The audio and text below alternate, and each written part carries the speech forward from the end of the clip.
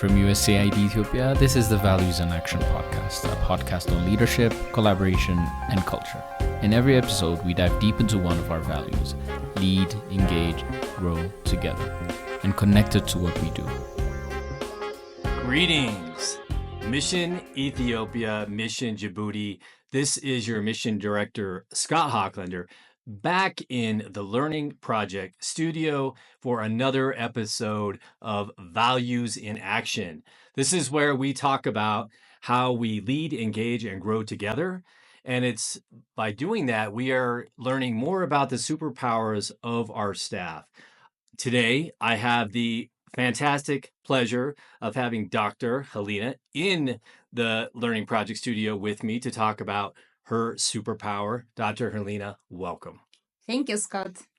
Normally what we start off with is learning a little bit more about you. I feel like everybody knows you, but maybe give us a little bit and maybe something that not many of us know. Sure. My name is Helina Worku. As you said, I am the FSN Deputy Director in the Health Office. I've been with the agency for 16 years. I've had the privilege of wearing many hats during my stay. I'm a medical doctor by profession. On the personal side, I'm married to a wonderful accountant who never misses the opportunity to remind me that I am indeed the luckiest person alive. That's So I'm good. married him. Together, we're blessed with 5 kids. Wow. Yeah, 3 daughters and 2 sons. Yeah. You have a busy household then. Obviously, Yep. as you can imagine. Yeah. Yep. Okay, so let's get right into it. Dr. Helina, everyone wants to know, what is your superpower? I have more than one superpower. Okay, I'm not surprised to hear that. You're going to have to pick one. So for today's podcast, I would like to focus on one of the grow values, honing my craft, continually improving myself and my work through evaluation, reflection, and experimentation. Yep. Okay, I love it. So how did you come to choose that superpower? I think I know the answer, but maybe not everybody does. Okay.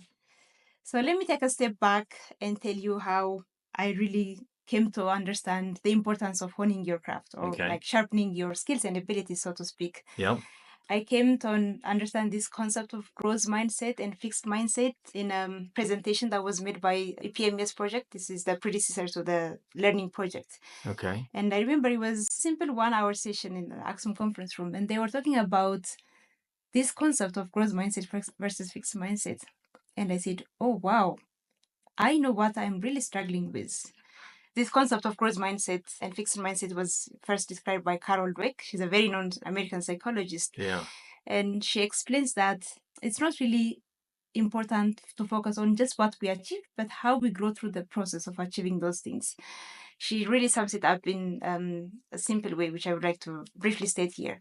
People with fixed mindset believe that skills and abilities are fixed traits. You are either born with it or you're not. Mm-hmm. So they believe that the current skill that they have is what's given to them, and they don't believe in really enhancing those skills and abilities. So their preference is to really avoid taking on new challenges because they really don't want to make mistakes. That's scary. It's scary, yeah. So they want to remain in their comfort zone. Yep. and preserve their ego. In contrast, people with growth mindset believe that skills and abilities could be learned and developed. So it's as you pass through different experiences, you get to learn something new. People with growth mindset, they always accept new challenges, they embrace mistakes, they always reflect on those experiences and say, oh, I learned something new from this new experience. Yeah. So the moment I heard about this, I was hooked. I came to realize that I always believed in effort, but I also had one big problem of perfectionism. Yeah.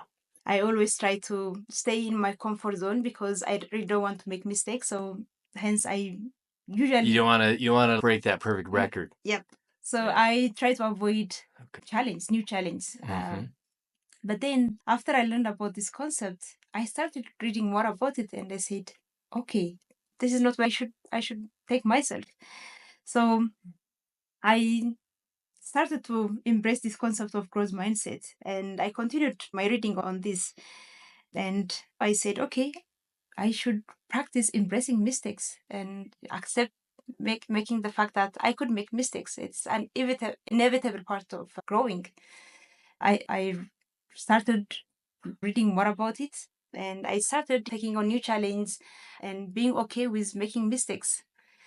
And I'm going to interrupt you here and just Mhm. say that I think, first of all, I'm not surprised, okay, you chose this. You and I talk about this all the time, right? And I don't know if you remember this, but like when it was super clear to me that you were growth mindset is when we heard that our assistant administrator, Atul Gawande, was coming to town. Yeah. And we were talking about who's going to be in charge of that trip. And we recognized that maybe there wasn't any one person who had done that before.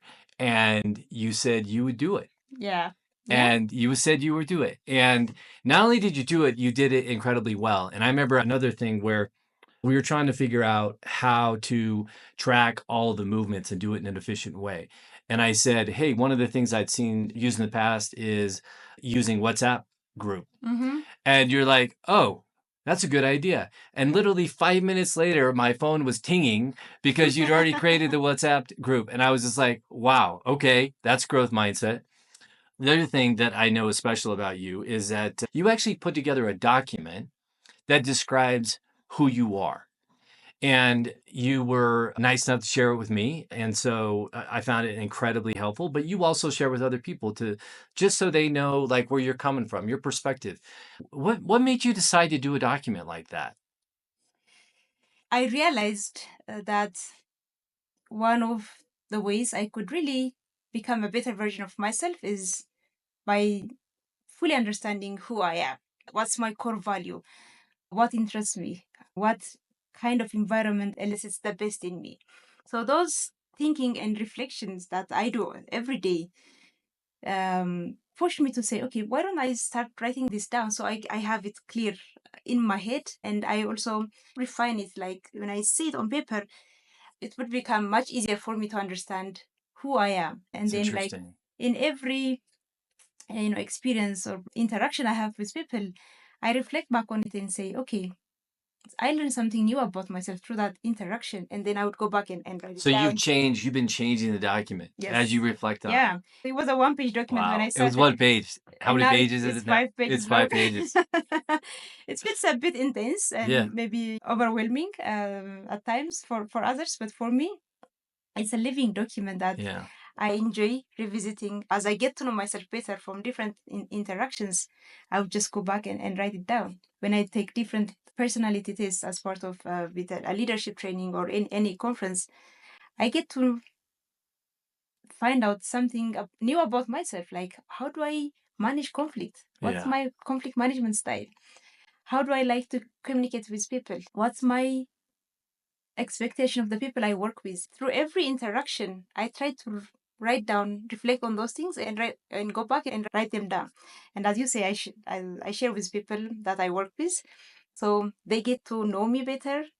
And to be honest, my other biggest goal of doing this is I really want to get feedback on how I can improve myself, how I can improve how I communicate, how I manage different tasks. So that's the whole purpose I shared it with you. That's amazing. I just want to remind people we're talking today about the superpower from Grow, honing my craft, continually improving myself and my work through reflection, evaluation, experimentation. That sounds exactly like all of those things. So maybe you wrote this and actually provided it, which leads to the last question. And that is, Dr. Helina, how do you employ your superpower like day to day? And I think this one is important to both of us, right? Because it's not just about how you do it, how the ways in which you do it, how can they help other people think about employing not just this superpower, but other ones? Sure. So I I love immersing myself in personal development and leadership theories, and I do that in different ways. I would like to share a few of the things I do with you today. The first one is I love listening to audiobooks and podcasts. Okay. I love podcasts too. Yeah, my one of my go-to resources is the Blinkist. It's a fantastic phone app that I've downloaded on my phone. It gives you 15 to 20 minute summary of different nonfiction books. And each time I commute to and from work, I listen to one of those audiobooks. Okay. With 5 kids, you have to use every second of your day. Absolutely. And I could share one book that I listened to this week. It's called 1 Second Ahead. It's written by Rasmus Hugard. It's a book that reminds people the importance of pausing for even as short as a second in when living in such a fast-paced environment.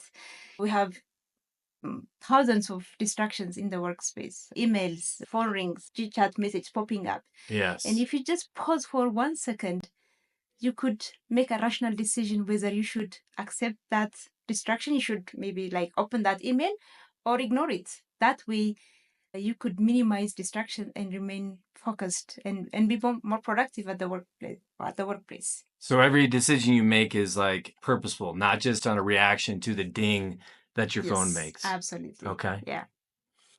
The other thing I do is I try to make the most out of personal and professional development opportunities offered by the agency, leadership training, whether they're offered here or at the AFI. I always sign up for those kinds of leadership training. Coaching, I love being coached. I've had several coaches. Okay, just note to everybody there, coaching's good.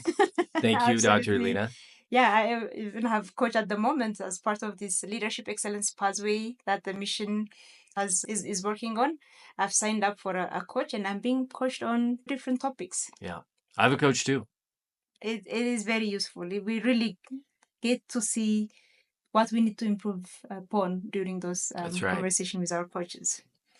Mentorship program, I always really try to take advantage of any mentorship program I see, whether it's in the workplace or outside. I was part of this ADIS mentorship program that was initiated by the previous DCM, Fiona Evans.